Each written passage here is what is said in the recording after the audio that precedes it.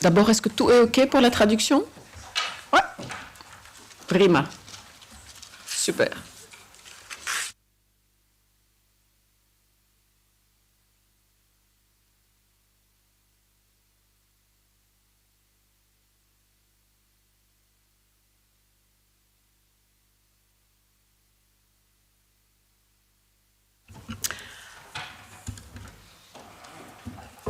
We zijn hier in het Europees Parlement, maar ik zal misschien een beetje in Frans spreken. Donc we are here in the European Parliament, but I will speak in French. You have translation normally, so you had voilà. Donc n'hésitez pas à utiliser les casques pour la traduction. On va juste vérifier. Est-ce que tout fonctionne bien sur les différents canaux? It's okay for the translation? Voilà. Tout d'abord, bonjour à tous et bonjour à toutes au Parlement européen. Bienvenue dans ce Parlement qui est aussi votre Parlement. Et je pense que c'est effectivement important de l'ouvrir le plus possible à tous et à toutes, et en particulier pour accueillir aujourd'hui une conférence comme celle-ci. Voilà, je suis évidemment heureuse d'avoir l'opportunité d'ouvrir cette discussion aujourd'hui sur un sujet qui touche au cœur même de notre projet européen, la menace et la propagation du discours de haine dans nos sociétés, dans nos institutions et, plus inquiétant encore, malheureusement, au cœur même parfois de ce Parlement européen. L'histoire nous a montré que les conflits commencent souvent par des discours de haine. Les mots deviennent des idées, les idées deviennent des politiques, et ces politiques peuvent mener à de la persécution. Les génocides, les violences systémiques ou les régimes d'exclusion commencent par des mots de haine. Tout commence par les mots, des mots qui blâment, des mots de peur, des mots qui désignent les plus vulnérables et dressent les sociétés ou la société contre eux. Et ces mots, malheureusement, ne sont pas des vestiges du passé. Ils sont présents ici et maintenant, dans nos débats, et plus honteusement encore, parfois, au sein même de l'hémicycle de notre propre Parlement. Il y a quelques semaines, donc le 2 avril dernier, lors d'une session plénière qui s'est déroulée à Strasbourg et qui était censée faire progresser la stratégie de l'Union européenne pour les Roms et la lutte contre les discriminations, nous avons assisté à une escalade profondément inquiétante de la rhétorique.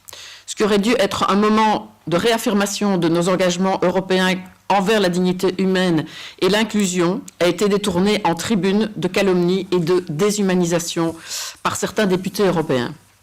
4 membres de ce Parlement, tous issus de groupes politiques d'extrême droite, ont utilisé leur temps de parole non pas pour débattre de politique publique, mais pour insulter une communauté. Et d'ailleurs, avec d'autres membres de ce Parlement et de l'intergroupe contre le racisme et pour la diversité, j'ai déposé une plainte officielle auprès de la présidente du Parlement, Roberta Metsola, sur base de l'article 10 de notre règlement qui régit la conduite de nos députés. Le discours de haine, comme celui que nous avons entendu lors de ce débat, n'est pas une simple expression politique. C'est une violation de nos valeurs fondamentales, c'est une incitation à la discrimination, et cela n'a pas de place ici au sein de ce Parlement comme ailleurs dans notre société. Avec mon groupe, le groupe SND, nous tenons fermement contre toutes les formes de racisme, de haine et de déshumanisation. Nous avons toujours été clairs, cohérents et intransigeants dans notre condamnation du discours de haine, qu'il vise les communautés roms, les migrants, les personnes LGBTIQ+, ou tout autre groupe de population.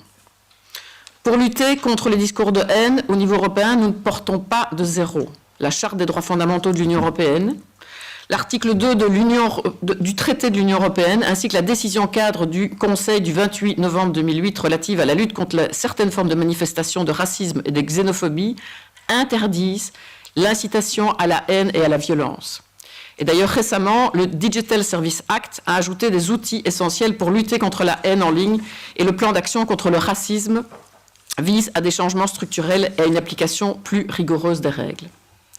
Mais ces outils ne sont efficaces que si nous avons la volonté politique de les utiliser et si nous les renforçons pour les rendre plus robustes et moins vulnérables aux pressions politiques. L'extrême droite occupe malheureusement aujourd'hui près de 1/4 des sièges de ce Parlement, non pas pour défendre les citoyens et les citoyennes européens, mais pour les dresser les uns contre les autres. Et je vous ai parlé évidemment de ce qui s'est passé récemment en plénière le 2 mars dernier, mais c'est quasiment à toutes les séances plénières que nous assistons à des montées en tribune de la part des représentants de l'extrême droite. Notamment, pour ne citer qu'un exemple, on débattait sur la déclaration universelle ou la charte universelle de protection des droits de l'enfant.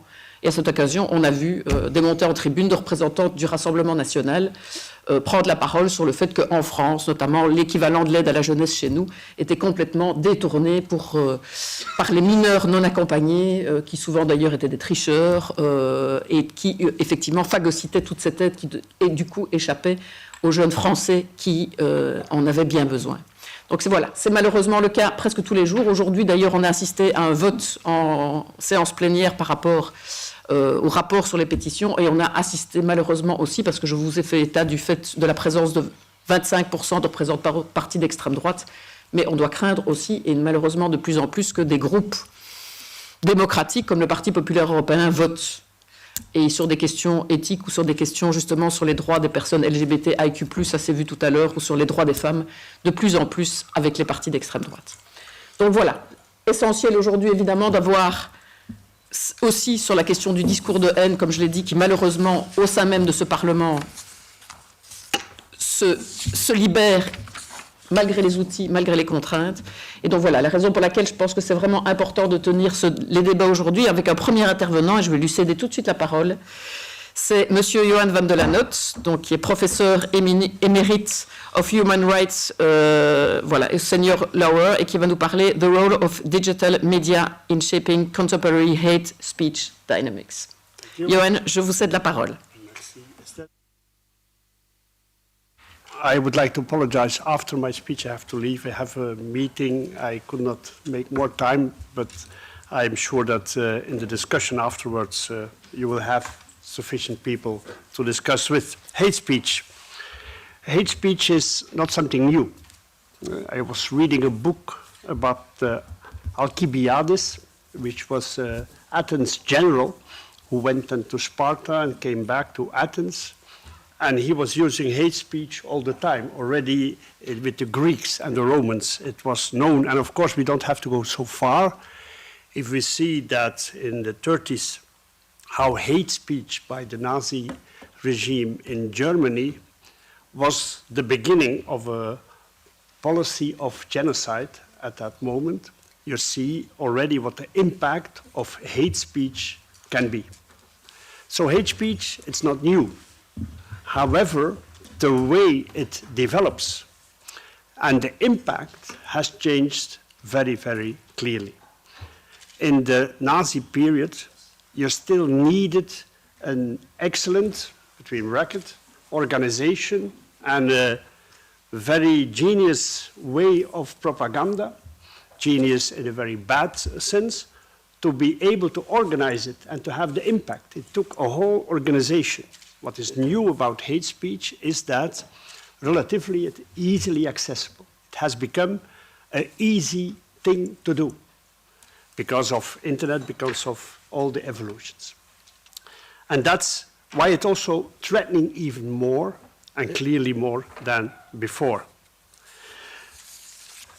Hate speech, what is very specific, because it's always in a problematic discussion. And I must say, I'm often also in doubt how we have to act exactly. Hate speech, of course, is to be looked at in the context of the European Convention of Human Rights, which Coskun will elaborate further on, where we have freedom of speech, and the European Court was clear once to say also ideas that offend, shock, or disturb. So there is freedom of expression, has his rights. However, once you go steps too far, it's not protected anymore, or anyhow, limitations are accepted by the court. In the European Court, appealing for violence is very essential. That's not the case in the European Union. The European goes further in its, and I think they're right. I just want to cite some, like for the European Court, to say expressions that seek to spread, incite, or justify hatred based on intolerance, including religious intolerance. Or an offensive statement may fall outside the protection of freedom of expression, where the sole intent of the offensive statement is to insult. An appeal, that's another one, to bloody revenge, that's violence, by stirring up base emotions and hardening already embedded prejudices. Prejudices are essential. Goebbels, sorry to cite him, said, you only have to confirm prejudices. You confirm a prejudice and you win. So prejudices are very essential in hate speech. It's used as the basic to create hate on. So it is clear that we are confronted with a situation where we have freedom of speech, and otherwise where hatred, calling for violence, demonizing, dehumanizing persons are not under this protection. But where it starts and where it ends, that's a problem always to start. And Article 10 of this convention is one of the rare, very rare, not to say the only article where we say the exercise of these freedoms, freedom of expression, since it carries with its duties and responsibilities. It's the only article in the convention who talks about duties and responsibility. The freedom of expression is there not only for your own, that you can say what you want, but also needed in a democratic society to have a democratic debate, to have a democratic way of decision-making where the opinion of everyone is taken in account. And of course, when someone is polarizing and is someone dehumanizing, it is clearly against the elements of democracy. Still, I am some in doubt this balance between freedom of expression one time and the prohibition of hate speech. The discussion about it is always very unbalanced or balanced, whatever you want, but it's also difficult. And there, for the moment, are two elements that are relatively new. The first element is the digital internet use of hate speech, which makes that, of course, the possibility of impact, the spread of it, is limitless. Where 30, 40 years ago, the hate speech had to be developed by other means, newspapers, for instance, TV, but quite still limited to one country, for instance, or to this audience. You have now, with this digital way of communication, the whole world is a possibility to have as audience. And when we say that, it sounds a bit like, how to say, cliché, but it's reality. When certain leaders are starting to communicate, they have an impact on a very large audience. Half of the world can see it, can hear it, can acknowledge it. So that's a very specific element today. Hate speech before and now has a very other kind of impact because the way it is spread. Secondly, the ownership of those who are responsible for the spread, the media companies. We are in a situation we never had before because the concentration of power and ownership of the media has never been as it is now. First of all, we have a concentration because you have 5, 6, 7 big companies like Facebook, Twitter, and so on, Google. But also, the ownership is strictly profit-driven. It's a capitalistic system of ownership of media, which, if we go back for 50, 60, 70 years, was an exception at that time. It's now the rule. The public-owned TVs, for instance, most of the time are rather marginal. In Belgium, luckily, we still don't have that system, but it is. It's not a coincidence that, for instance, in the Trump administration now, the official agency, news agency and TV has actually been set aside.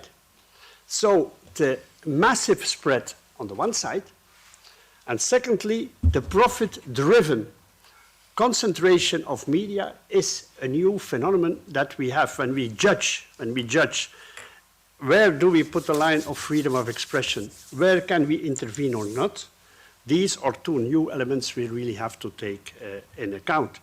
Knowing that, technically, it is perfectly possible, and it happens all the time, that through logarithms and other things, the ownership of the media can make sure what you get. What you see on social media, what you see globally, is not what you want, or not what you decide. Yes, they find some interest of you, but basically you can guide it. You can make what you're not autonomous in what you get. And that's a very important element that is new. Before you had a newspaper, you bought the newspaper, that was your choice. When you have now on Facebook, you get publicity, you get information where you not necessarily have asked for. And often it goes because some algorithms thinks that could be interesting.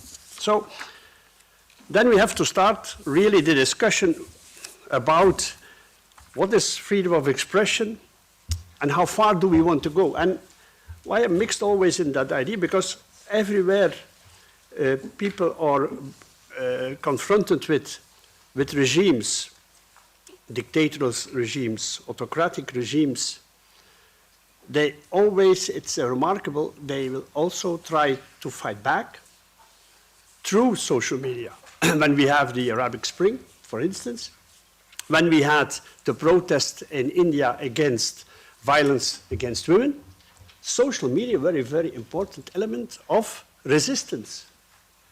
Often the only one. And through systems, even if the national governments are prohibiting the entrance, the access to this media, through VPN and other systems, people have still access to some content.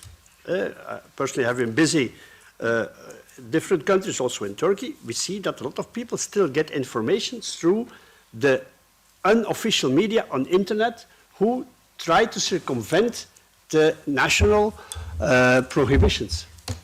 So, at first place, it is always with a big redundancy that you say there should be limitations on social media. It's when I have to say that, I feel always a little bit problematic. We have an own Twitter account, X account from Turkey Tribunal. We're blocked. We're suspended. That will give me the fund to get the procedure. That's nice, but we're blocked. So, and a lot of people have experienced that. Basically, this access to social media, and most of all in autocratic regimes, is often the only way of protest and mobilization. So, we should be careful. However, we cannot ignore that something has to be done. I see in one of the articles I was reading, and that gives all this how to say, this doubt.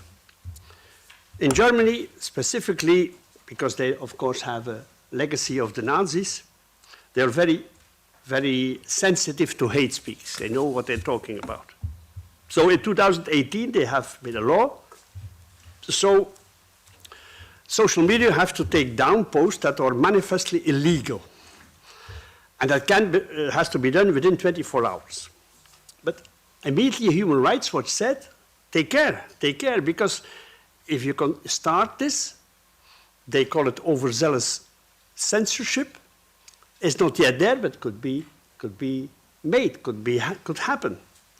And so the model of trying to prohibit social media, that this is an illegal thing, this is hate speech, you have to get it out of your content, is also a dangerous one.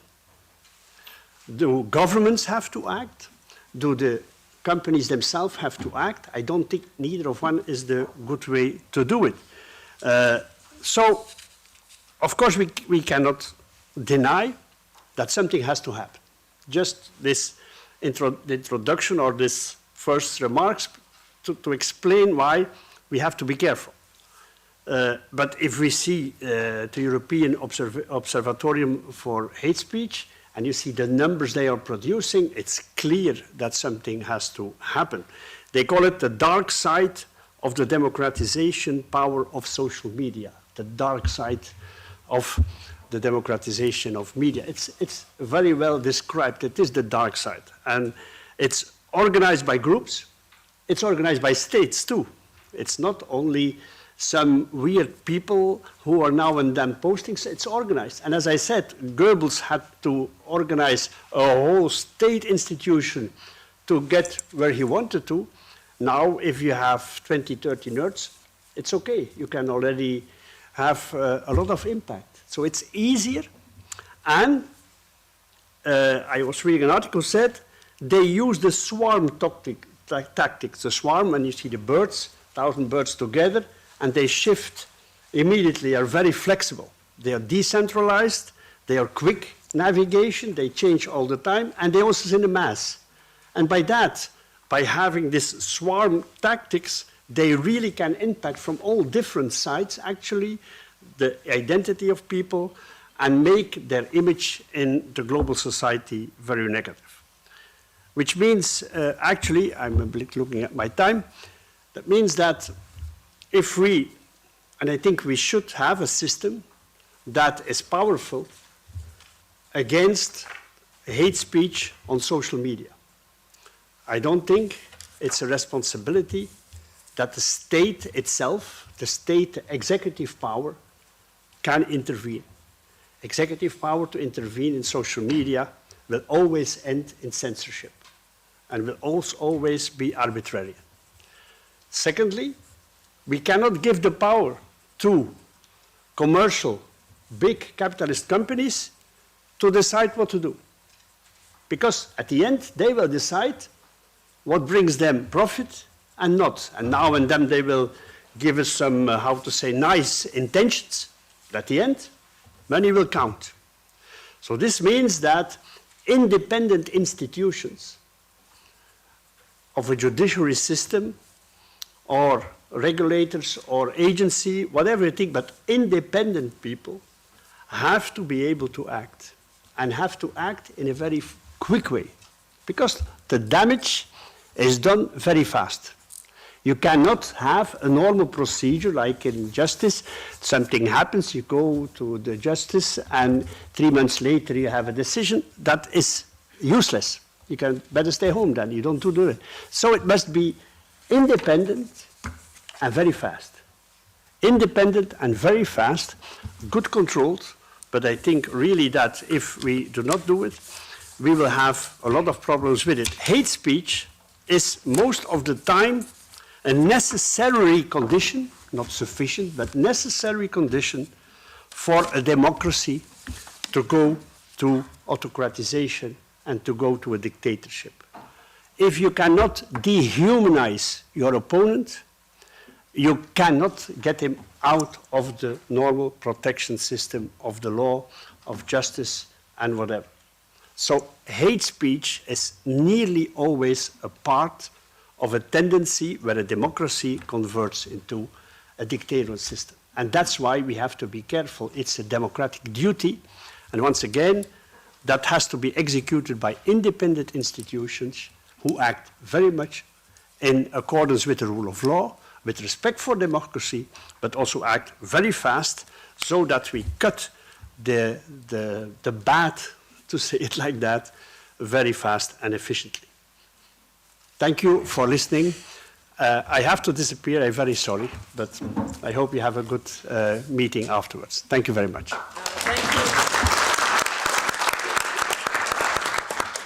Thank you, Professor. I keep really in mind your two of three things. The dark side of the democratization of the social media. Yes, we have to really to be very careful and to keep some independent, I don't know what, organization of media, and surely also public media, and rapid, quick reaction because it goes too fast.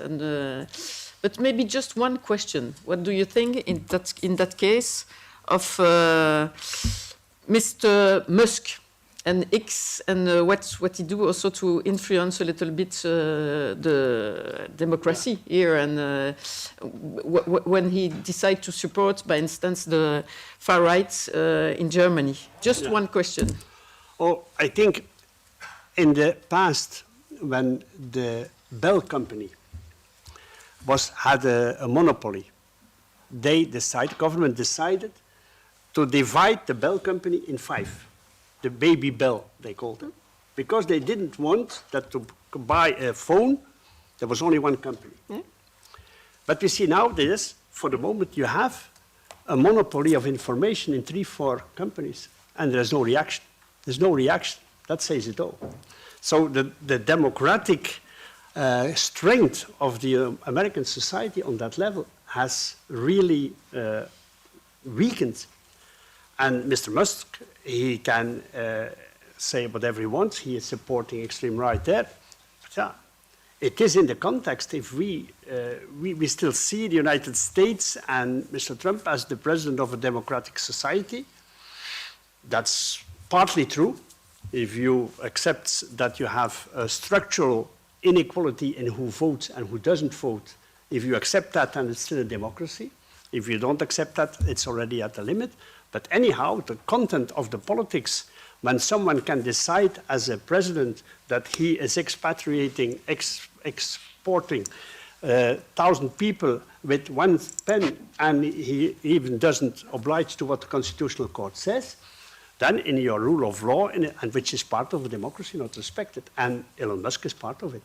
So we do not have to be too cautious or too prudent in saying the democracy as today practiced in the United States with Elon Musk and one of the persons there, is really in a situation that it is, it's still a democracy, but it is with a lot of deficiencies. That's clear. Thank you. Thank you. Okay, thank you. So, and I give now the floor to our second speaker. It's Mr. Coşkun, voilà. Coşkun, you say it to me. It's a Yorulmaz. Voilà. He is a human rights lawyer, and he will talk about European Court of Human Rights judgments on hate speech and freedom of expression. Yes. Thank you. I give you the floor. Thank you. Okay. Good afternoon. But when we talk about hate speech and sometimes hate crime, I think we need to put it in legal perspective. We are talking about expressions which has legal implications. So my presentation may read like a lecture at points, but I think these are the very core concepts that we need to be aware of when we are discussing hate speech and hate crime as well. So I'm going to do it because this is a very, you can see, you can talk about it until tomorrow, but I'd like to do it in the sense of European Court of Human Rights, a few European Court of Human Rights judgments. The European Convention on Human Rights doesn't define hate speech, but according to the Committee of Ministers of the Council of Europe, it should be understood as types of expression that incite, promote, spread, justify violence, hatred, or discrimination against a person or a persons that denigrates them for their personal characteristics or status, such as quite a few things: race, color, language, even religion, gender identity, sexual orientation, of course, ethnic origin.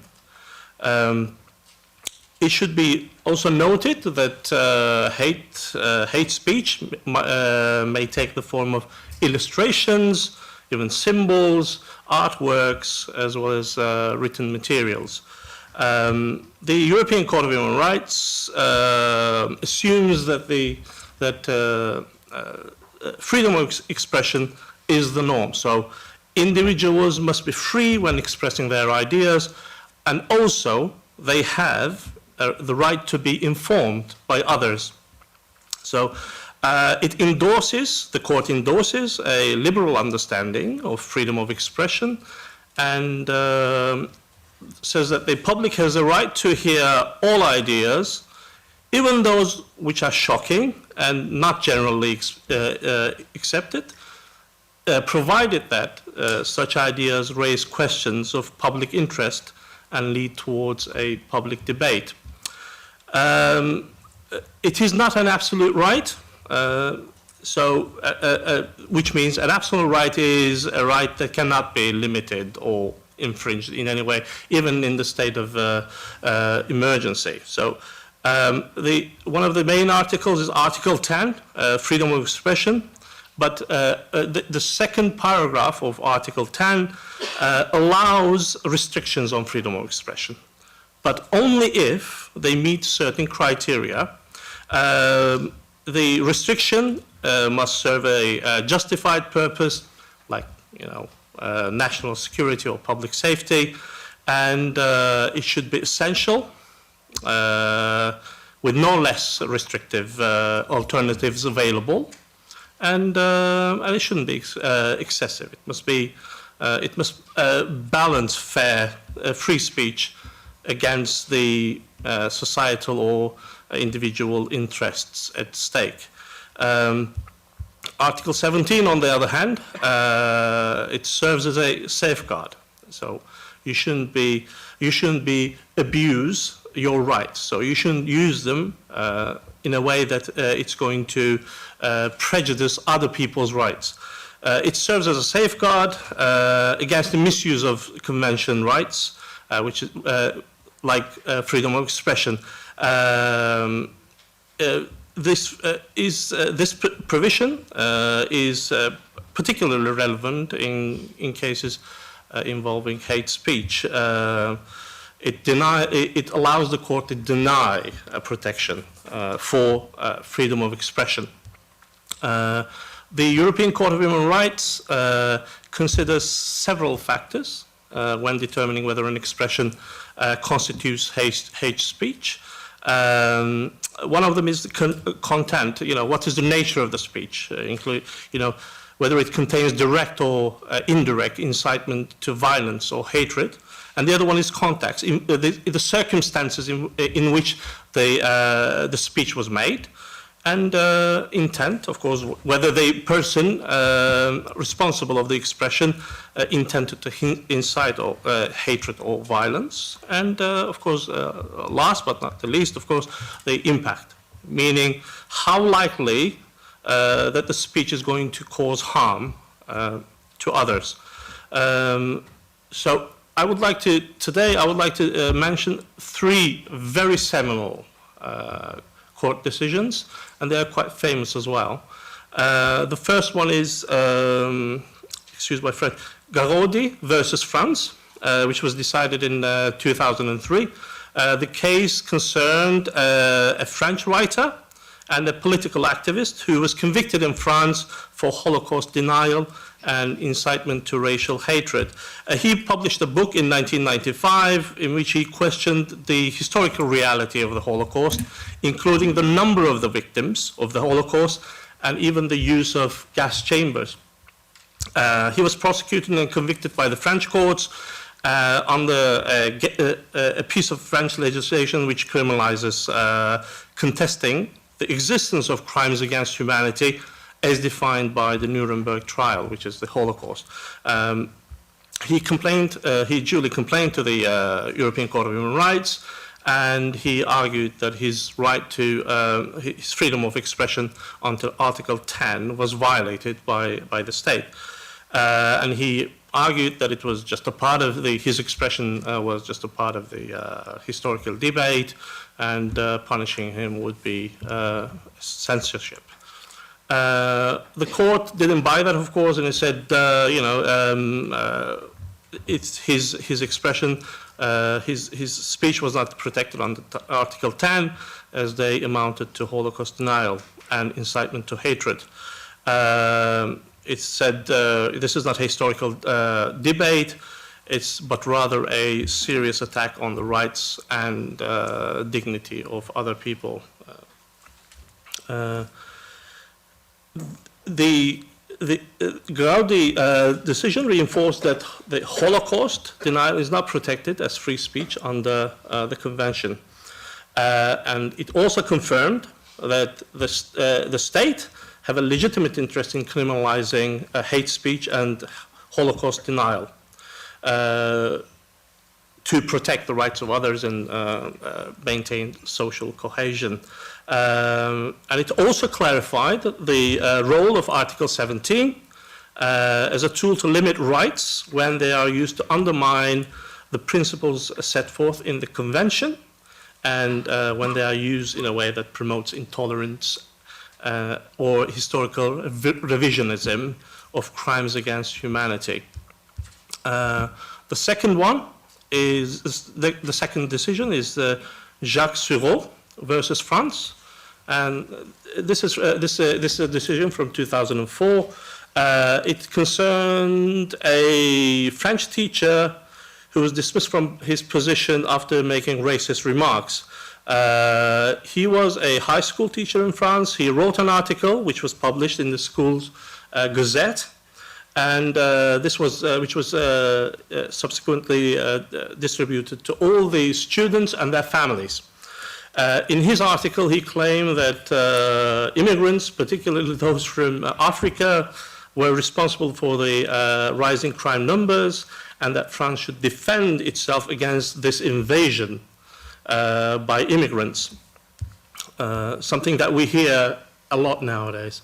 The court found that the application inadmissible, meaning there was no violation of his right, of his freedom of expression. And he said freedom of expression is fundamental, but racist speech is not protected by the Convention. And it also said that people in position of authority, like teachers, have a duty to promote tolerance and non-discrimination. I think this would extend to politicians as well, or public figures.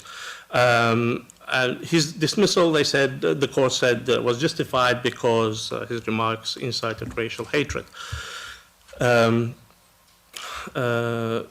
Finally, and this was what Professor was mentioning, without saying the name, and this is a very seminal one, and it's called Delphi AS versus Estonia, and this is a relatively more recent decision from 2015. It concerns freedom of expression, intermediary liability, and hate speech in the digital age. So Delphi was an Estonian news portal which allowed reader comments under its articles. In 2006, Delphi published an article about a ferry company making changes to the routes it ran, which led to anonymous user comments containing death threats and offensive language against the owner, against the company's owner, poor guy. He sued Delphi and for failing to remove the hateful comments quickly enough. The Estonian courts held Delphi liable for these comments, ordering Portal to pay damages. Of course, Delphi complained to the court again, arguing that its freedom of expression have been violated. The Grand Chamber, it went to the Grand Chamber of the court, and the Grand Chamber took into account a number of things, such as the nature of the platform, the degree of control that the platform had, the nature of the comments themselves, and the Delphi's response time. It found that Delphi was a commercial news portal, not a neutral hosting service. It exercised editorial control, including automated filters and ability to remove comments. The user comments in question were clearly unlawful, like death threats, and Delphi failed to remove the offensive comments promptly enough, despite being notified of them in good time. The court said the state, Estonia, did not violate Article freedom of expression of Delphi by holding it liable, and that Delphi's liability was considered justified and proportionate. The court, however, stressed that, this is the important bit, the court, however, stressed that automatic liability for all user content would violate freedom of expression, and that each case had to be considered on its own merits. The ruling clarified that Article 10 did not grant absolute immunity to news portals for user-generated content if they failed to prevent hate speech. Like Professor mentioned, the court attached great significance to the fact that this happened involving internet, which is said provide an unprecedented platform for the exercise of freedom of expression. And this is from 2015. It's even more so nowadays. And this decision is quite significant in terms of intermediary responsibility, especially in context involving hate speech and defamation. And it found Estonia's conduct quite proportionate. Of course, you know, after this event, after this decision, some advocates of free speech, they argue that, you know, this could lead to censorship, self-censorship, because the platforms would be less willing to post user-generated content. So, in a nutshell, very briefly, so this is the legal perspective from the perspective of a few European Court of Human Rights judgments. Thank you.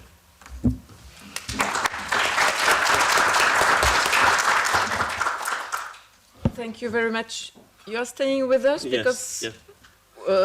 Professor Vande Lanotte leave, and I think we have a lot of questions about more juridical questions and over media, freedom of speech, international instruments. But so you are staying here. I'm here. I give the floor to our third speaker today, and she's Yasmina El Kaddouri, and you're working for Equal Opportunities and Wellbeing Advisor at the Flemish Minister of Welfare, and you will talk about hate speech as a barrier to social inclusion and equality. So I'll give you the floor.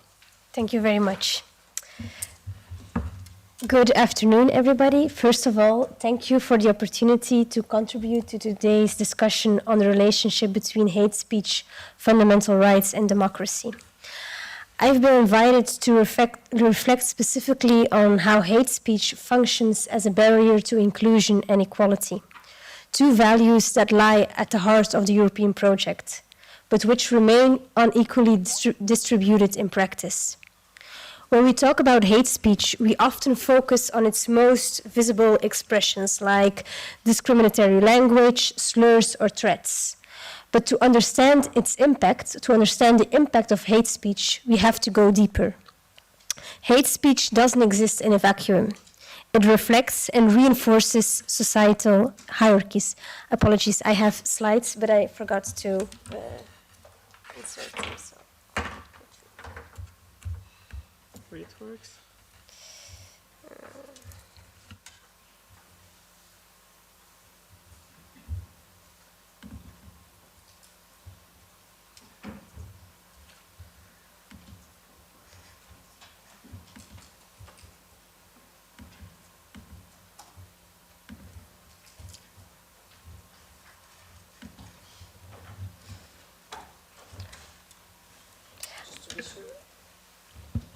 Will it be projected?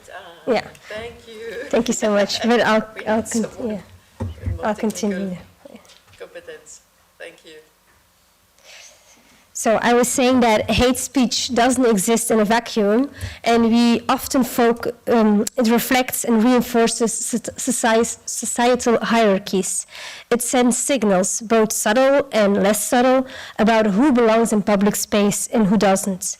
And over time, it helps to shape the social boundaries of inclusion itself.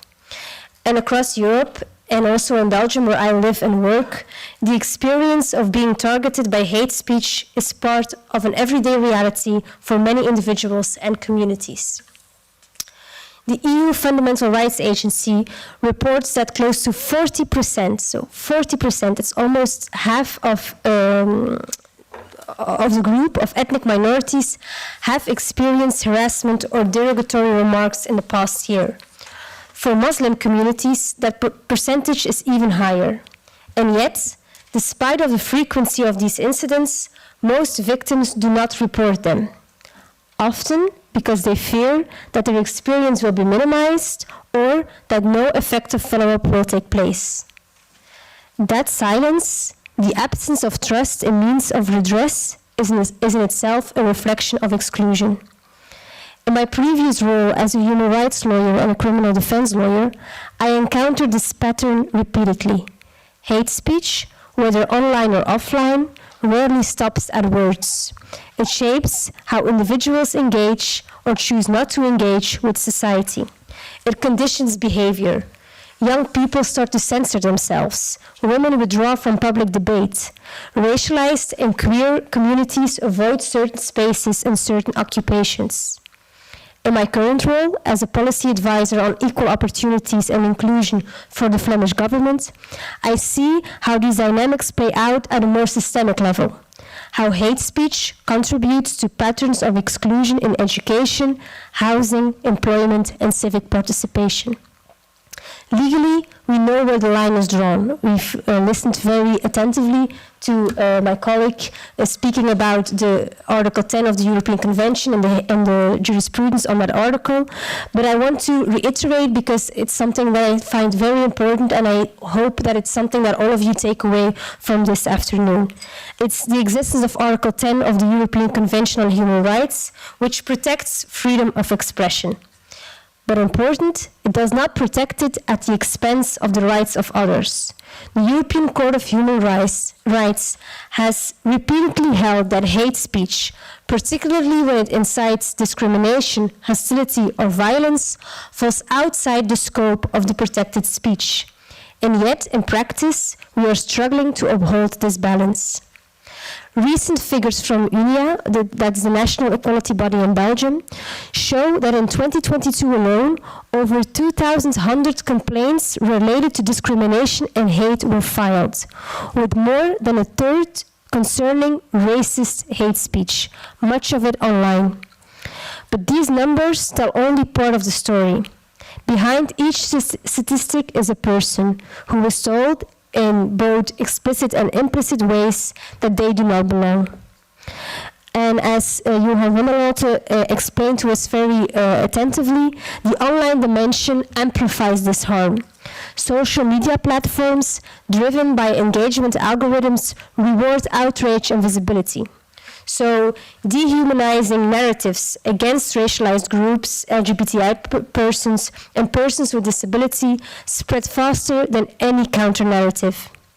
A 2023 European Commission report on the implementation of the Code of Conduct on countering illegal hate speech online found that 63.6% of hate speech notifications were removed, down from 70% in previous years, and that the response times are slowing. I'm sorry, but this is not progress. This is backsliding. And this silencing effect is not gender neutral. In Flanders, Muslim women who wear the hijab face disproportionate levels of online harassment. Studies by the Flemish Knowledge Center on Gender and Feminism have shown that gendered Islamophobia has a chilling effect on public participation. Hate speech so becomes a form of censorship that selectively disables participation in democratic life. In these cases, hate speech becomes more than a system of exclusion, it actively produces it. And intersectional discrimination is particularly insidious. Individuals who live at the crossroads of race, gender, religion, or disability often face hate speech that is compounded and complex. And our legal and institutional responses, however, often address these layers in isolations, when in reality they interact.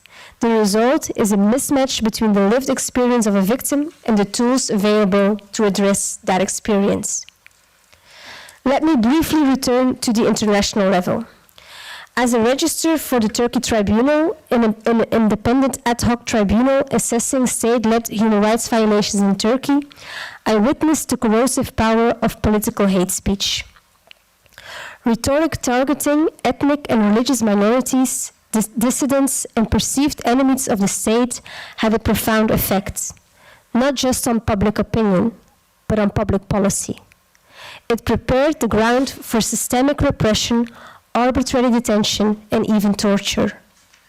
In our final opinion of the Turkey Tribunal, we observed that hate speech served as a tool of governance, a chilling reminder that when speech dehumanizes, it creates space for dehumanizing acts. And this too is a continuum. In Europe, while the consequences may be less extreme up till today, the underlying dynamic is the same. When hate speech goes unchecked, particularly from public figures, it erodes the social consensus around equality and inclusion. In Europe, this can be seen in the rise of the far-right rhetoric that dehumanizes migrants, challenges women's bodily autonomy, and questions the legitimacy of LGBTI rights under the guise of freedom of expression. It legitimizes exclusion, and gradually it shifts the limits of what is socially acceptable. And this is not simply a matter of protecting minors. It is a matter of safeguarding democracy itself. So, where do we go from here? First, we need better disaggregated equality data to map who is being targeted and how they are being targeted. Without it, our interventions as policymakers risk being generic and therefore ineffective. Secondly, we must strengthen the mandate and capacity of equality bodies and support civil society organizations that work with the affected communities. These actors are often the first point of contact for a victim and play a crucial role in both support and prevention. Inclusion will never be built in courtrooms alone. It's also built in classrooms, on platforms, and in local governments. Third, we need to place lived experience at the center of policy making.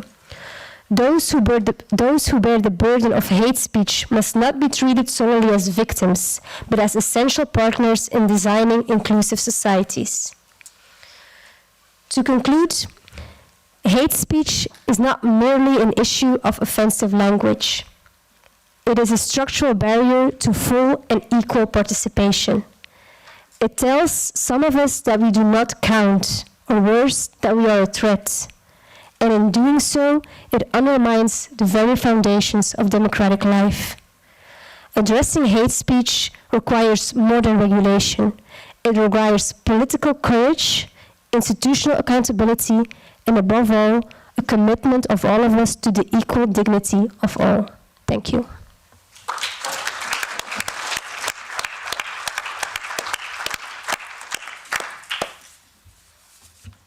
Thank you, Mrs. El Kaddouri. I think you give really a scope of what are the challenges in general about discrimination, but what also are the real impacts of hate speech and discrimination, and how aware and, as you said, as courageous as political to keep in mind and to keep fighting. Against racism, xenophobia, sexism, and so forth. Even if we have to have a balance with the freedom of speech, but we will come back on this, I think, during the Q&A. Then I would like to give the floor to our last speaker. No, it's okay. You are here with us, and this is the most important for us. So I would like to introduce Mrs. Adinde Schoorl. You are working hate speech project communication officer in 8CH. Voilà. You will present what INAR is, and you will talk about transparency and civil society oversight, the role of NGOs in monitoring platform compliance with the DSA. Yes. Digital Service Act, for the acronym, for more explanation. Thank you. I cannot show the presentation. Yes, you can. I think there is problem to be able to have online. No, yes, but it's not on the screen. Not for the people here. No. Yeah, okay. Okay. Okay. Okay, well.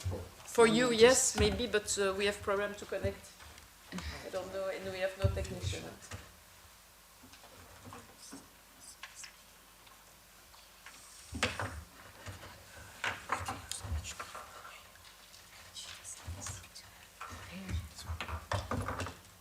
Sorry, one technical intermediate. And I can't see this. I'm really not specialist. Me neither. Not my cup of tea.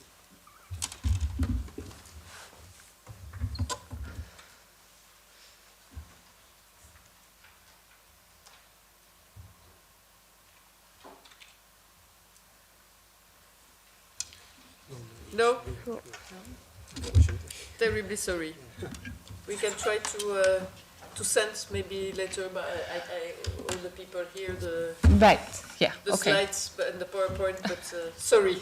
No worries. I had some data to share, but then I guess I will just talk about it, and then you all can imagine it, I guess.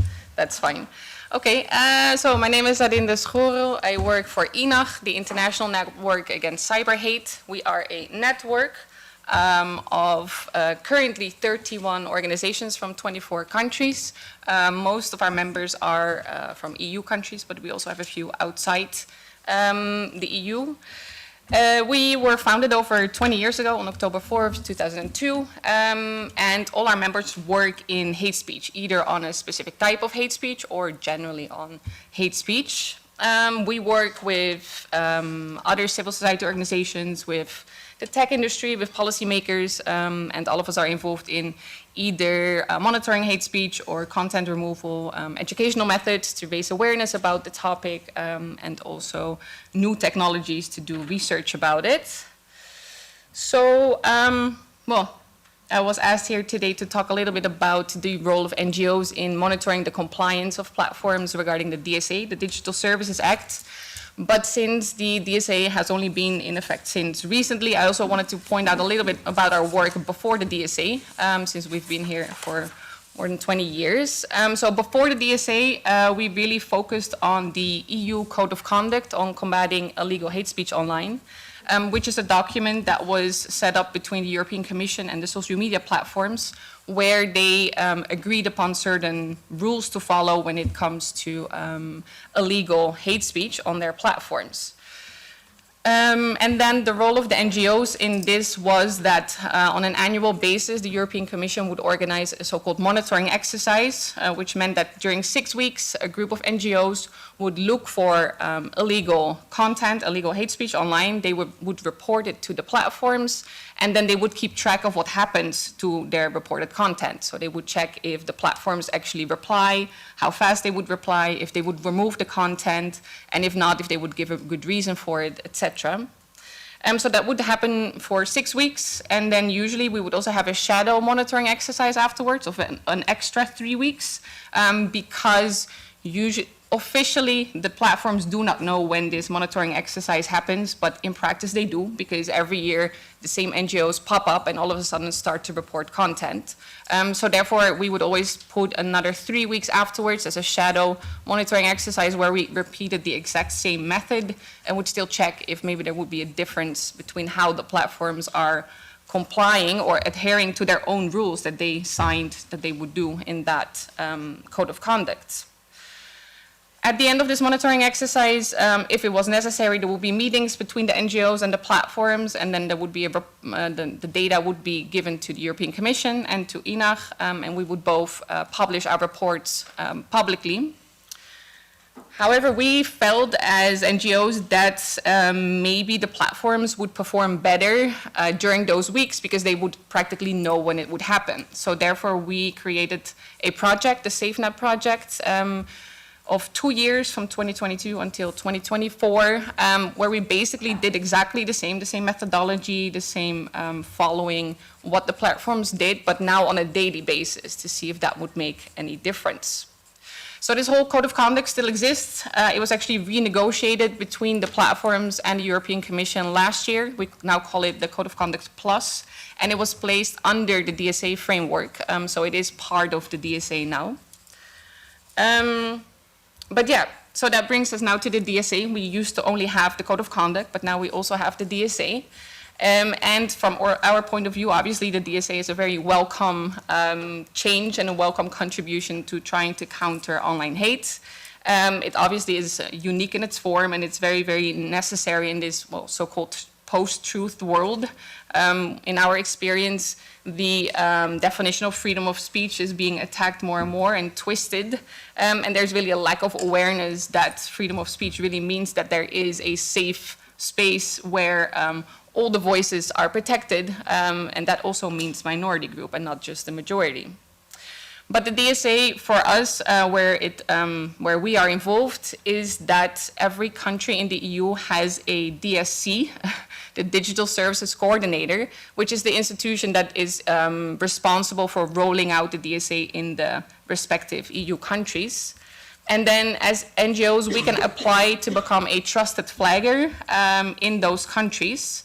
And as a trusted flagger, we will report content, we will be in direct contact with the platforms and with our DSCs to make sure that they are aware of what kind of hate speech trends are happening in their countries. And that way also the European Commission, if they decide to open an investigation on platforms, or if they have to decide that they will receive a fine, as the DSA says, they obviously need data. So those data will then come from trusted flaggers. At the same time, the old ecosystem that I just described with the code of conduct and NGOs monitoring every year, that still exists. So we basically will, I guess we're all assuming we're going to have two different systems with trusted flaggers within the DSA and so-called trusted partners when it comes to the code of conduct. And those would not necessarily be the same NGOs. So I just wanted to point out a few things, how it's going with the DSA so far from our point of view. It's obviously still very early. The DSA is still very recent, which obviously also influences our experience because we would say, number one, the rollout process of the DSA is going very slow. In a lot of countries, we're still kind of waiting to see what's going to happen. Only since recently, all EU countries have a digital services coordinator, but there is in many countries still no knowledge yet, no information yet available on how NGOs can apply to become a trusted flagger or how the whole process is going to look like. So there's still a lot of uncertainty for most NGOs working on online hate speech. But on the position of the trusted flagger, so where these NGOs become trusted flagger in their countries, this, in our view, has become in some countries very political, which really was not the idea of becoming trusted flagger, because these DSCs, these digital services coordinators, are institutions that are representing national governments. And they are going to pick what NGOs, in their eyes, are correct in becoming a trusted flagger. So if there are NGOs that actually focus on monitoring LGBT plus hate, and there is a government in place that's really not interested in taking care of those communities, they probably will also not let those NGOs become trusted flaggers. And basically, for every type of hate speech, you could imagine a government in the EU that would not be interested in protecting those communities. So this has been, since the start of the negotiations about the DSA, an issue that has been repeatedly pointed out, but yeah, it still ended up this way. So that's definitely something that a lot of NGOs are worried about, because they see that probably their position will be challenged in certain countries. Another worry for many NGOs who want to apply to become trusted flaggers is that these DSCs are very new to the hate speech field. Most of these DSCs are either media watchdogs or institutions that take care of consumer and market rights, but are not necessarily experts on hate speech. So sometimes there's this surreal situation where an NGO has to explain what is the code of conduct on illegal hate speech or what is the monitoring exercise to an organization that is going to judge if that NGO is good enough to become a trusted flagger. So that's a bit of a strange situation. A huge worry for a lot of NGOs as well is that there is no remuneration for the work of trusted flaggers.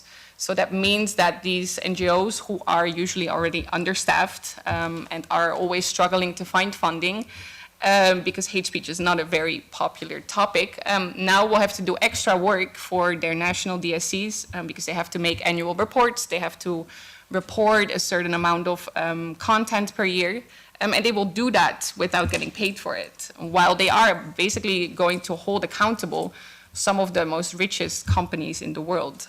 So that feels unfair, to say the least. And then the last point in our view when it comes to the DSA is that the DSA obviously is a general framework, but it is being interpreted differently by every national DSC.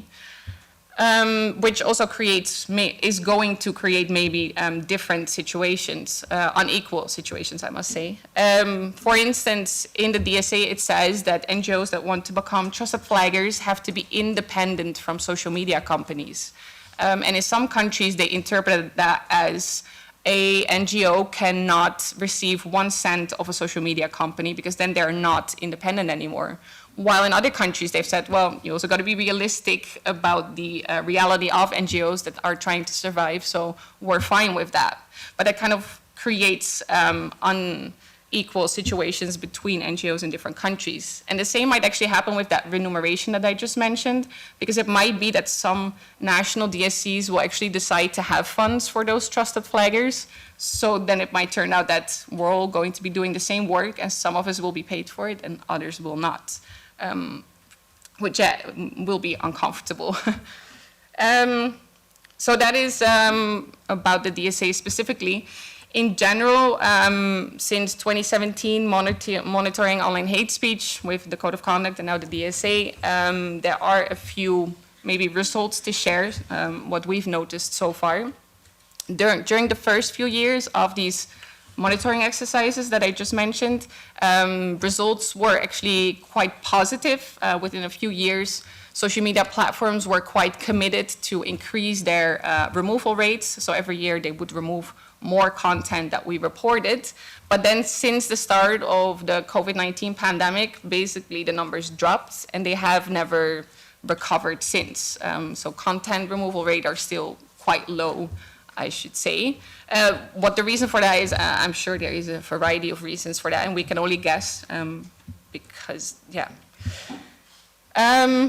If we have obviously a huge amount of data since 2017 of the content that we reported, how much has been removed, how fast these companies are replying, etc. And we're always trying to look for patterns to see if a platform maybe is improving, or is it going better, is it going worse? And we actually must say that maybe the pattern is the inconsistency. So one platform might do great 1 year, and then the next year will not remove anything anymore. Or in one country it goes great, and in another country it goes really bad, and then the next year it's the opposite. So it's really hard to predict whether there is any improvement. But the whole idea obviously was that there would be consistency and a general framework of monitoring hate, and that it would also be removed. And that's definitely not the case. It really depends on what platform we're talking about, in what country, what language, or what region. It's a very mixed picture, so to say. We do think that a huge factor in that is the underdeveloped AI that's being used for moderation, because we've seen a lot that almost exactly the same piece of content is being reported to a platform, and that within 2 minutes we get 2 different answers. One will be removed and the other one will not, for example. And that's very fast, so we obviously know it's AI, and the decision seems very random. So that's definitely a worry, but yeah. So last, I wanted to show some data, but I guess that's a little bit problematic. So maybe I will just describe it very generally. From our last monitoring exercise in 2024, we always measure if there is a difference between reporting illegal hate speech content as a normal user or as what we call a trusted partner.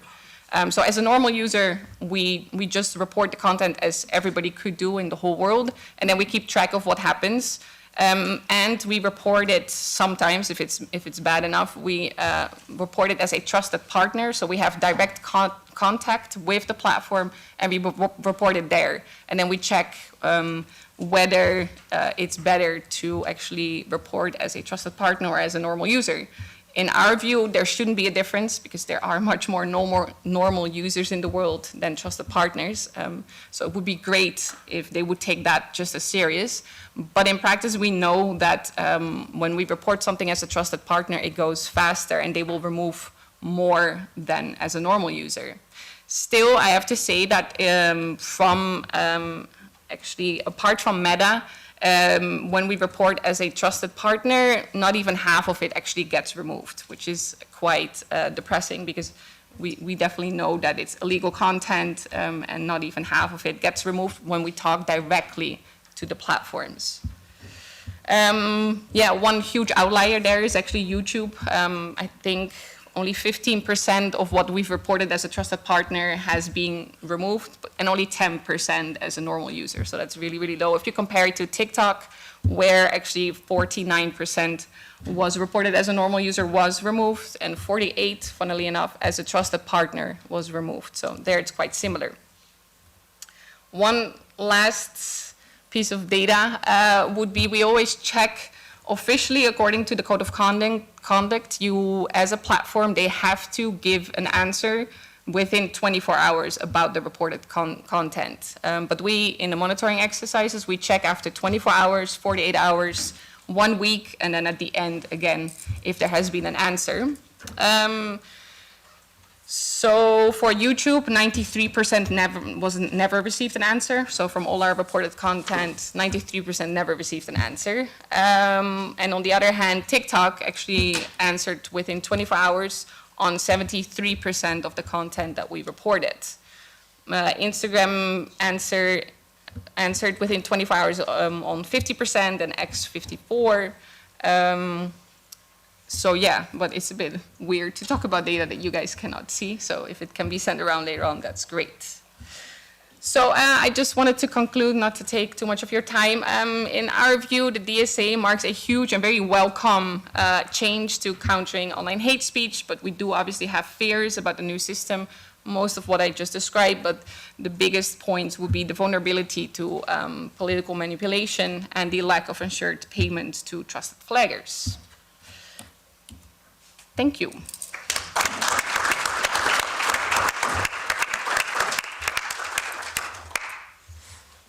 So thank you very much. 4 really more than interesting, passionate speaker. I let maybe now the floor to you. If you have some question, I have also a question for you. So don't leave the floor. But first, to the room. So don't hesitate. One question there. We will begin with you. Yeah, you can present yourself also. It's always. Hello. Yes. Okay. Thank you. My question for you, Mr. Ceulemans. I am Tuna, VOB, Master of Political Science. I am Master Student of Political Science. My question is for you. I want to ask you about the social media's algorithms. Social media's opaque algorithms often amplify hateful content and lock users into echo chambers, as you know. In the light of new regulations, like the Use Digital Services Act, aimed at mitigating these harms, and do you believe such measures sufficiently address the algorithmic drivers of contemporary hate speech dynamics, or must we go further perhaps by rethinking platform business models or algorithms themselves to effectively curb online hate without undermining free expression? Thanks so much. Thank you. We will take several questions, maybe other one? Nobody there? It should be some question, yeah. Give you the Ali from Solidarity with Others. Well, my question is to all speakers, if they comment on it. We know that the application of DSA depends from one country to another, and the selection of trusted partners and trusted flaggers are political. You just mentioned, Mr. Schoorl, that some LGBTQI organizations can be disregarded in that point. So we know that there are so many political issues, and Professor mentioned that there are so many state-controlled media that creates narrative targeting vulnerable groups, migrants, and they feel sometimes Islamophobia and targeting other religious groups. And we know that the application of standards in the European Union changes, and some of them are really contradicting with European values. There are rules that can be applicable at EU level, but some countries disregard those rules. And we know that there are some procedures initiated against Poland, Hungary, Slovenia, I guess. Is there any steps, potential steps, to initiate an infringement procedure, on the basis of hate speech against those countries? Thank you.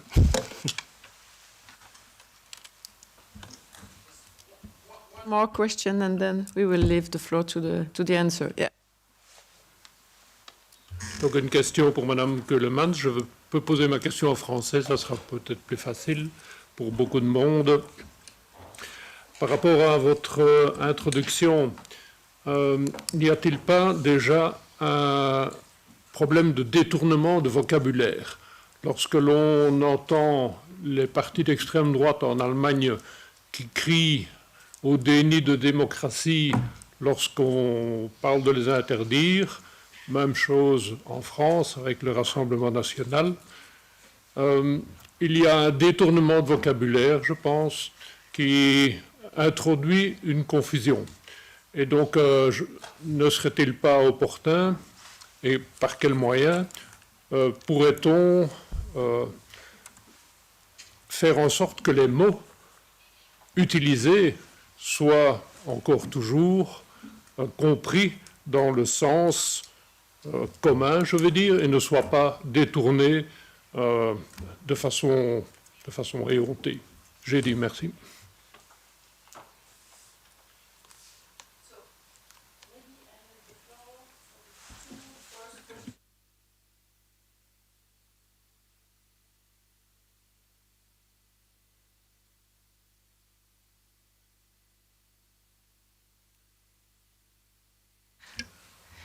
So, well, I mean, regarding the algorithmic transparency, I would really agree that there's a huge need for the social media platforms to be more open and transparent about their algorithms.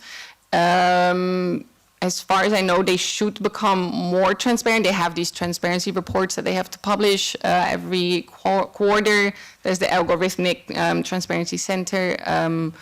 But yeah, there's still a huge lack. I would totally agree that they should be forced in some kind of way to be much more transparent about this, because in the end, this is the real problem. These platforms are all about making money, and their algorithms take care of that. And the more emotions there are about one post, and hate leads to a lot of emotion, so they are making money out of hatred. That's a fact. And no matter how nice the people are that we work with when we talk to these social media platforms, this obviously in the end remains the base of everything. But in our experience, they have been as resistant as they can be to be transparent about their algorithms. So it should be something from the EU level to put more pressure on that.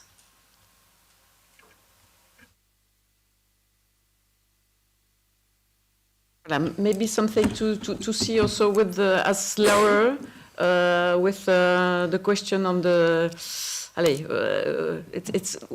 is it possible that also some definition or some focus are not taking into account at the same level in every country, every member state, because the legislation, the DSA, it's normally the same for.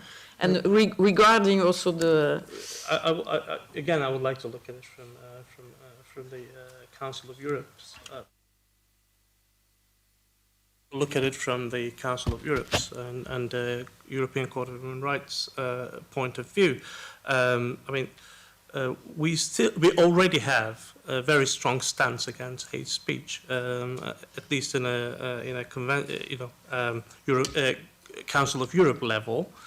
But of course, more can be done. For example, hate motives.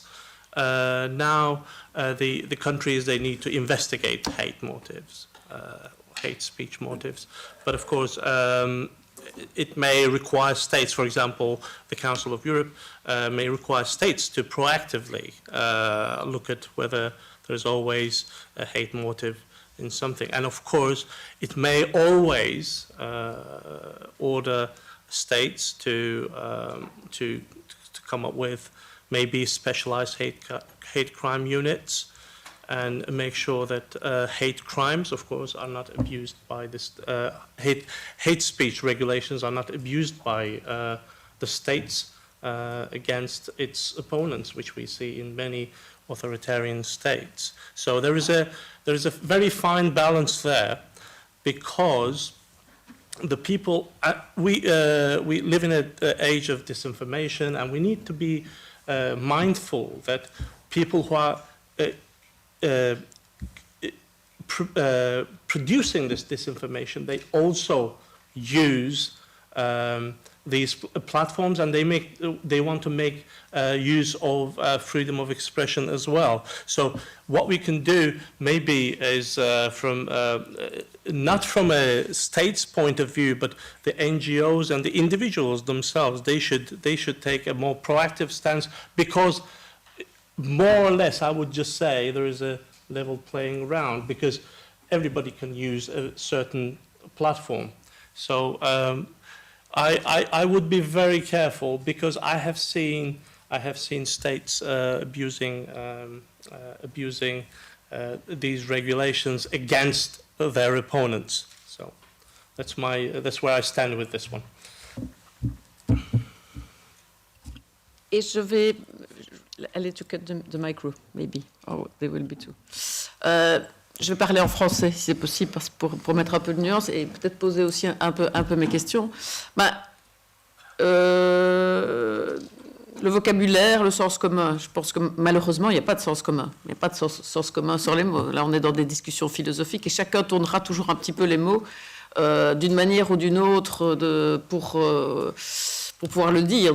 Voilà, est-ce qu'un parti... donc, nous, en Belgique, on est dans une situation un peu particulière, notamment, où, par rapport à un parti d'extrême droite, ils ne sont pas interdits. Il n'y en a qu'un qui est reconnu comme parti d'extrême droite en Belgique, c'est le Wellbeing. Il n'est pas interdit en tant que tel, mais par contre, il y a effectivement ce qu'on appelle le cordon sanitaire et un accord avec les autres partis dits démocratiques pour ne pas fonctionner avec eux. Alors, c'est pas légal, c'est pas fixé, c'est pas coulé dans une loi, mais quelque part, en tout cas, c'est au moins une espèce de gentleman agreement entre les partis démocratiques. Parce que ça, c'est la même chose qu'avec la liberté d'expression. Hein. La liberté d'expression, elle est précieuse, elle est fragile.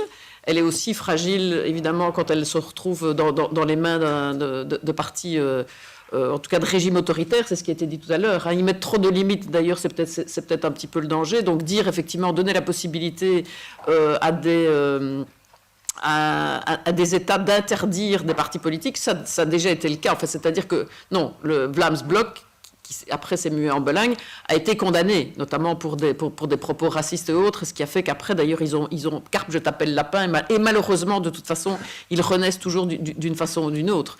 Donc c'est bien ça toute la question aussi, c'est la question aussi du sens commun, ça n'existe pas vraiment. Et je vais aussi revenir sur une autre question, tout est évidemment dans la nuance. On a parlé tout à l'heure du NIA. Je vais revenir sur un cas belge en particulier. On s'est retrouvé récemment dans un débat qui a eu lieu lors des élections du mois de juin. Et on avait donc un candidat d'un parti, le mouvement réformateur pour ne pas le citer, qui était confronté à un représentant d'un autre parti qui est le PTB. Ce monsieur étant d'origine marocaine, mais belge. Et le représentant du parti MR, à un moment donné, à court d'arguments, a dit au représentant du PTB, de toute façon, si vous n'êtes pas d'accord, vous n'avez qu'à rentrer dans votre pays. Alors, est-ce du racisme ou pas? Malheureusement, UNIA, consulté là-dessus, a dit on est à la limite, mais on ne peut pas avoir une condamnation. Donc, évidemment, tout est toujours dans la nuance par rapport aussi aux paroles racistes et autres. Donc, je ne sais pas quel est le sens commun d'une manière ou d'une autre, mais c'est toute la question de notre débat aussi, ici, je pense, effectivement. Moi, j'ai quelques petites questions pour vous tous. Parce que je vais peut-être jouer d'ailleurs un peu l'innocence aussi dans... je posais des questions peut-être un petit peu triviales, donc on l'a dit, effectivement, la liberté d'expression, elle n'est pas absolue, elle doit évidemment être garantie, en particulier quand elle est dans les mains de régimes autocratiques. Mais quand je vois quand même les limitations qui sont prévues à l'article 10, que vous nous avez cité tout à l'heure, on sent que les limitations, elles sont assez abstraites. On y parle évidemment de sécurité, presque d'État ou autre, mais pourquoi ne pas, dans les limitations, cibler directement, justement, des délits ? Par exemple, dire la limitation, c'est pas interdire effectivement des propos racistes, xénophobes, sexistes, négationnistes, puisque c'était le cas notamment de la jurisprudence à laquelle vous faites référence, parce que quelque part, on doit évidemment garantir la liberté d'expression, la liberté d'opinion. Mais c'est ce qu'on dit toujours, enfin, quelque part, des propos racistes, sexistes, xénophobes, négationnistes, ce n'est pas une opinion, c'est un délit. Voilà. Et donc, pourquoi ne pas inscrire effectivement directement dans la législation, même sur la liberté, la garantie d'expression, vraiment déjà des limites un petit peu précises par rapport justement au hate speech, aux choses qui nous... Pour quelque part, peut-être prendre moins de risques aussi que... voilà, si c'est coulé, en tout cas dans le moule de textes à valeur internationale, alors je sais que c'est toujours difficile de les négocier et de les adapter, hein, mais éviter voilà, qu'effectivement, comme ça a été dit, certains pays demain mettent moins le focus justement sur tout ce qui... Et c'est le cas aujourd'hui, quand on voit ce qui se passe aux États-Unis. Les États-Unis aujourd'hui réclament beaucoup de liberté d'expression et donnent beaucoup de liberté d'expression, notamment aux propos racistes, sexistes et autres, mais par contre ont décidé que tout ce qui était discrimination, parler effectivement de... le fameux wokisme en tout cas, là par contre on coupe dans les subsides et on les interdit. Donc on sent que la liberté d'expression elle est à géométrie variable. Mais donc voilà, première question, c'est pourquoi ne pas véritablement déjà inscrire dans les textes des limitations qui soient vraiment très très précises par rapport à ce qui est du délit. La deuxième question, c'est un petit peu pour vous. Donc vous avez justement parlé d'UNIA, donc vous savez qu'aussi... certains partis nationalistes en Belgique ont particulièrement attaqué UNIA et qu'il y a de plus en plus d'attaques, parce que c'était un des éléments de votre intervention tout à l'heure, sur cette notion même de discrimination. On remet beaucoup en question l'existence même de la discrimination. Et bon, ça se passe aux États-Unis, mais ça se passe chez nous aussi. On dit que c'est quelque chose d'abstrait, qui n'est pas vraiment prouvé. Voilà, peut-être un petit peu quels sont les outils auxquels on peut lutter par rapport à ça. Et alors, la troisième question, ça c'est pour vous, c'est sur le Digital Service Act. Voilà, vous pointez du doigt, et je suis vraiment contente, justement, le rôle de la société civile et les ONG comme chien de garde, mais de plus en plus maintenant, et en particulier les régimes autoritaires, mais pas que. L'attaque sur les ONG est réelle. Enfin, voilà, on voit que même dans la Hongrie de M. Orban, il ne faut pas être en Russie par rapport à ça, on veut justement faire en sorte que les ONG qui seraient... qui auraient des apports de financement étrangers pourraient être considérés comme illégales. Enfin, ici, même au niveau de ce Parlement européen, il vient d'y avoir une attaque réelle sur les ONG qui sont enfin, en tout cas sur le financement des ONG qui visent justement à rétablir un peu le lobbying de l'agrobusiness et autres, et notamment tout le financement, c'était le programme LIFE, comme on l'appelle, de financement des ONG qui visent justement à mieux défendre et à développer un plaidoyer par rapport à tout ce qui est durable et environnemental. Elles sont véritablement attaquées aussi. Donc on le voit, on est malheureusement aussi dans une tendance par rapport à l'attaque des ONG. Et voilà, c'est ce que vous pointez du doigt. Aujourd'hui, les ONG, la société civile, parfois, donc comment est-ce qu'on peut mieux aussi les renforcer? Et alors sur le Digital Service Act, vous consacrez, en tout cas vous applaudissez déjà de son existence, même si vous pointez déjà certaines failles. Mais d'un autre côté, vous savez qu'aujourd'hui, nous sommes aussi dans un contexte au niveau européen où on parle de plus en plus de dérégularisation, simplification ou dérégulation. On craint que le Digital Service Act va être dans le train de simplification, puisqu'il paraît que justement, en ayant des systèmes qui visent au niveau européen à brider les géants de la big tech et leur éviter, à les obliger, en tout cas les responsabiliser, ne serait-ce que sur le hate speech, mais aussi sur d'autres choses, serait peut-être un frein à leur développement, surtout par rapport à la situation aux États-Unis ou en Chine où il n'y a aucun frein. Voilà, est-ce que vous êtes au courant aussi et à quoi faut-il faire particulièrement attention? Enfin, on se reverra peut-être à cette occasion-là par rapport à ce risque déjà de détricotage du Digital Service Act. Dernier point. Vous dites aussi à quel point il est compliqué d'aller détecter aussi tous les discours de haine et tous les signalements. Mais est-ce que l'intelligence artificielle ne peut pas être un filtre qui peut aider à pouvoir mieux détecter aussi les discours de haine? Alors je ne dis pas que ce sera toujours à l'intelligence artificielle de décider, mais ne serait-ce que pouvoir détecter, parce que évidemment, jouer les chiens de garde sur quelque chose qui s'appelle la toile et l'ensemble des médias sociaux, c'est une tâche titanesque et quasiment impossible. Comme vous le dites vous-même, vous le faites presque avec des contrôles un petit peu ciblés. Mais est-ce que l'intelligence artificielle ne pourrait pas être quand même, on en dit toujours du mal, mais peut-être un bon outil qui permettrait de mieux détecter ces discours de haine et de pouvoir mieux les poursuivre ou les interdire sur la toile? Voilà. J'ai déjà été longue dans mes questions, mais je vous laisse répondre. I can take.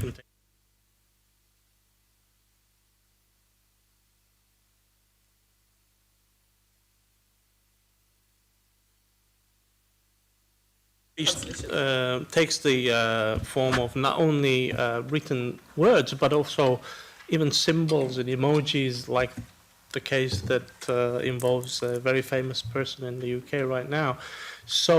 And over-describing certain acts, criminal acts, to be criminal, it is not a very good way of drafting legislation. So you need to keep it general enough so that the courts, and this is the duty of the courts, to interpret it and to what is going on in that particular society at that moment. So laws evolve. If you write them, if you write certain acts to be criminal acts or hate speech even, that is not a very good way of going about it, in my opinion.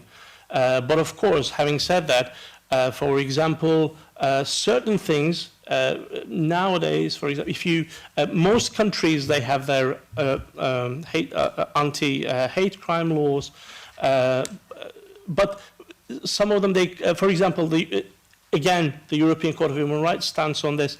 Only, for example, homophobic or racial or religious expressions may be construed as a hate crime, but given the circumstances in Europe now and in the world, maybe I would agree that, for example, including immigrants or in that category would be a way forward.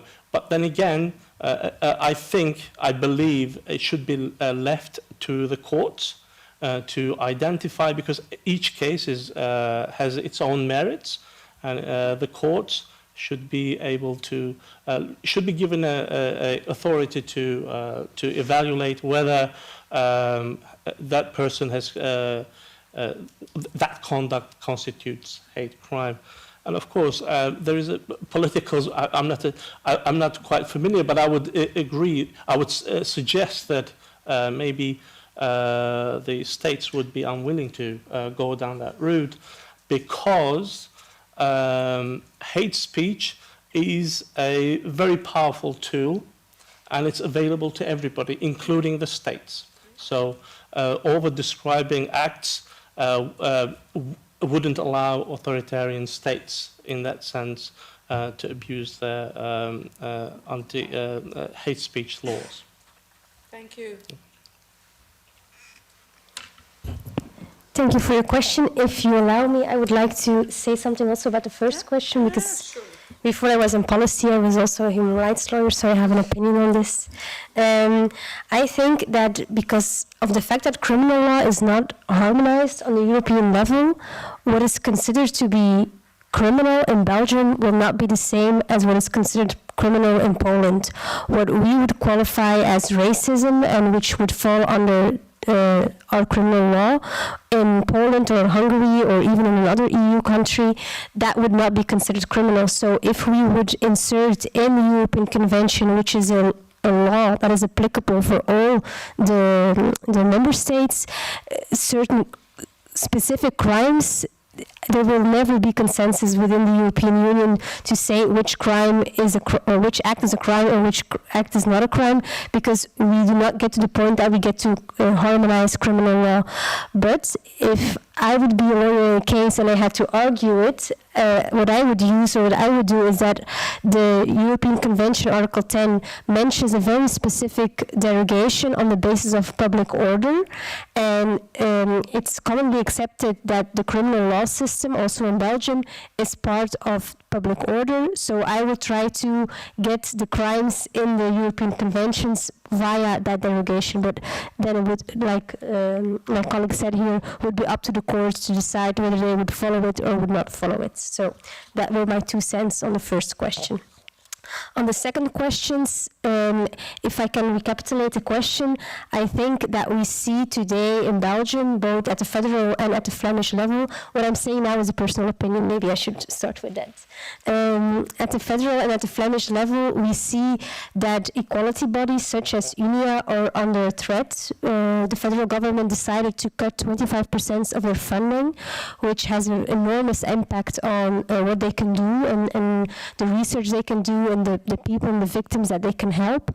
That is something, that's a trend that we see not only in Belgium, but we also see in other member states, and it's something that me, myself, I very much, it worries me, because when we make the space for equality bodies such as UNIA smaller, that also means that there's more place for discrimination, racism, sexism, and all the isms in the world within our society. So what I think that there is a higher responsibility for the other political parties that are still trying to fight for the place of equality bodies in our society, that we remain en masse, en bloc, that we try to give the arguments by having aggregated data, what I said in my speech. We need to have the numbers to prove to them that the situation is not just random, or it's not marginalized, it's not just a small group of people that is confronted with this, that we have data showing and proving that the issue is real and that the issue is also systemic and institutionalized, which is something that today is not being accepted anymore. Research plays an important role in this, such as, and also civil organizations. So I believe that there is a big role, and I see that they take up that role for academia, civil organizations, and political parties that are part of governments, where we see this trend to argue and to, with rational arguments, the contrary, and to not give in and to not go with the something that I want to come, the question that was asked before was the use of words. Since I've been in politics, I really see now the importance of the words that are being used, because a word that I use may mean something completely different to somebody else in the room. So when we use our words, it matters, language matters, and I think it's important that when we speak in public spaces, that we use the correct words with the correct meanings, and that we keep defining them at every place possible, so that it cannot be, how to say, like captured by someone with false intentions. So yeah, I think that answered the question. Yeah, thank you. Explain for foreign people here what is UNIA. UNIA is yes, but you can explain. So UNIA is the equality body in Belgium. They are an independent institution in Belgium that is being funded by the government, and their task is to do research and to monitor discrimination in our society, but also when people have complaints, when you have been the victim of a discriminatory act, or you think you are the victim of something like that, you can go to UNIA and they will look at the case for you, and yeah, they will be your sidekick in that. So they play a very important role in the combat against discrimination in Belgium. Ils peuvent introduire effectivement aussi des recours devant les cours et tribunaux pour défendre les droits et assister les personnes. Donc voilà, c'est évidemment important. Et le fait d'attaquer politiquement, de les affaiblir, mais c'est le même débat sur la société civile, ce sont des signes évidemment très inquiétants de notre temps. Yes, I hope I remember the questions, but the first one I remember on AI. Yes, I think AI would be great in helping to moderate and monitor online hate speech. Unfortunately, until now, it has not been developed good and well enough to actually serve its purpose. Obviously, the AI is learning from already existing content, and often the content itself is already biased, so that's a difficult point. And from our experience with the AI that the platforms use for moderation, like I said, so far it's very random in decision making. And obviously, we also need to take into account that AI then needs to be in all the available languages. It needs to understand local context. It needs to understand nuance, sarcasm, jokes, etc. So it definitely is still a long way to go to have the AI for that. But yes, I think in the end, the perfect scenario would be AI in combination with human moderation, so that the AI basically does the selection and there is still humans behind the screen making the final decision. Because, yeah, sarcasm, nuance, jokes, that's still very much difficult. I would also say then for the NGOs, we have tried to work with AI to do our own monitoring and moderation, but it's very hard to find companies that want to do it for a normal price, so it's always a money thing. And there's very few companies who will build AI for good and not only for profit. So far, actually, we've still been doing it by hand, because in the end, that's the fastest for us, because we know where to look and to find it. But yeah. Then regarding the deregulation, yes, obviously this is the main fear of NGOs working in the hate speech field, is that we went through years of waiting for the DSA, and now we might go back because there are different interests, as obviously has been described also politically, about the platforms putting pressure on Trump and Trump putting pressure on the European Commission, and then maybe we will all go back to the way it was. Obviously, we hope that that will not be the case.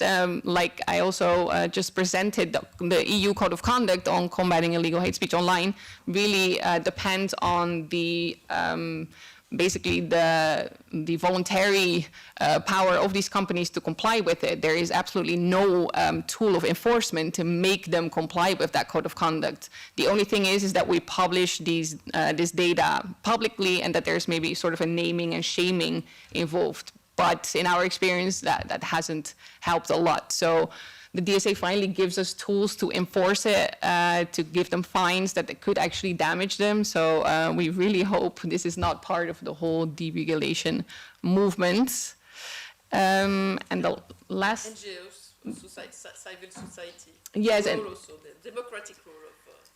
Right, and you were asking by... There is more and more attack also on the... Right, yes. The challenge are already huge, but more attack, Right. no financier. Yeah. I was going to mention that also when it comes to becoming the trusted flagger within this new DSA system, it's a huge concern because there are very few trusted flaggers so far. There's one that was one of the first ones in Germany, and they were under huge attack by the far right movement in Germany. They were called an institution that carries out censorship in the name of the government, and they were attacked online, but also they were doxxed, names and addresses, everything was put on the internet, and it was very shocking, and there was literally no protection for the people working there, not from the DSC, not from the European Commission. So that is actually very worrying for NGOs thinking about becoming a trusted flagger. And then obviously there's the case we know from the US where X has sued several organizations that were favoring protecting against online hate speech, and only the lawsuit itself is basically putting these organizations in bankruptcy. What are the odds that, what are the possibilities that they might do that in the EU against trusted flaggers? There is no protection against that. And like I said, we're all quite small, understaffed, underfunded NGOs, so that would mean the end to us. So yeah, there are huge worries, and it is one of the reasons that I think so far there's only a few trusted flaggers, and we're all very hesitant to get involved. So yeah, I would agree that's a big problem. I think the time is a little bit out already, so I will stop here. I really want to applause, a big applause to our speaker. Thank you very much.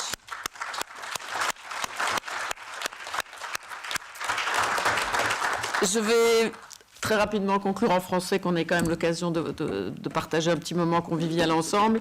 Juste pour dire que voilà, on est effectivement dans une période où, voilà, comme l'a dit le professeur Vande de Lanotte, le discours de haine, ce n'est rien de nouveau, mais quelque part, on est maintenant dans une amplification aussi, vu quand même les évolutions, on va dire, politiques sur nos continents, sur d'autres continents. Donc plus que jamais, on doit y être particulièrement attentif, et on a tous nos niveaux, que ce soit politique, dans des cabinets régionaux, au niveau du Parlement, dans la société civile, au niveau des spécialistes juridiques. Vraiment, on a toujours à avoir des points d'attention, parce que rien n'est jamais acquis, ça c'est très clair. Il faut évidemment toujours garder les équilibres entre les libertés et quand même la protection. Voilà. Je voudrais quand même juste remercier beaucoup aussi voilà, ceux qui ont suscité et organisé quand même cette conférence ici aujourd'hui. C'est Solidarity with the Others.